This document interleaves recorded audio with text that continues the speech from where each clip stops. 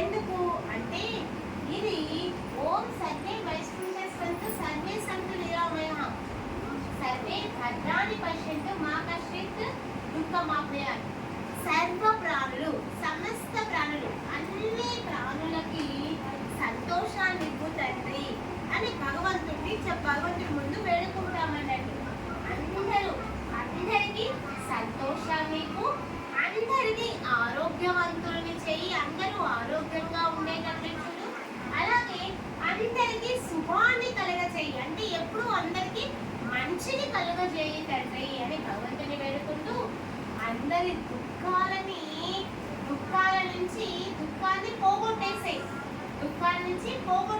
దుఃఖాలు ఎవరికి దుఃఖం కలగకుండా చేయి అని భగవంతుడిని వేడుకుంటాం నాన్న.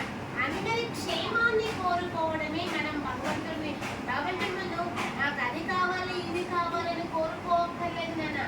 అందరి క్షేమాన్ని కోరుకుంటే మన క్షేమాన్ని భగవంతుడు చూస్తాడు, మనం అందరూ బాగుండాలని కోరుకున్నామనుకో మన బాగోగులు భగవంతుడే చూస్తాడు. మనం ప్రత్యేకంగా కోరుకోవాల్సింది ఏమీ ఉండదు, ఎందుకంటే మనకేమి ఇవ్వాలో భగవంతుడికి తెలుసు, అది ఇచ్చేస్తాడు, ఆ టైంకి అది ఇచ్చేస్తాడు. కాకపోతే మనకి ఎందుకు టీచర్ కష్టాన్ని ఎందుకు కలుగజేస్తాడు, మనం ఎందుకు బాధపడేటట్లు చేస్తాడు అంటే మనకి అవి టెస్ట్ అన్నట్లు, అవి పరీక్షలు. ఎంతవరకు వీళ్ళు నెగ్గగలుగుతారా? మరి పరీక్షలు మనకి ఎగ్జామ్ పెట్టే దేనికోసం నాన్న? మనము అందులో మనం నేర్చుకున్నది ఫాలో అవుతున్నామా లేదా అని, మనకు వచ్చిందా రాదని మనం తెలుసుకోవడం కోసమే కదా మన టీచర్ మనకి పరీక్షలు పెట్టేది.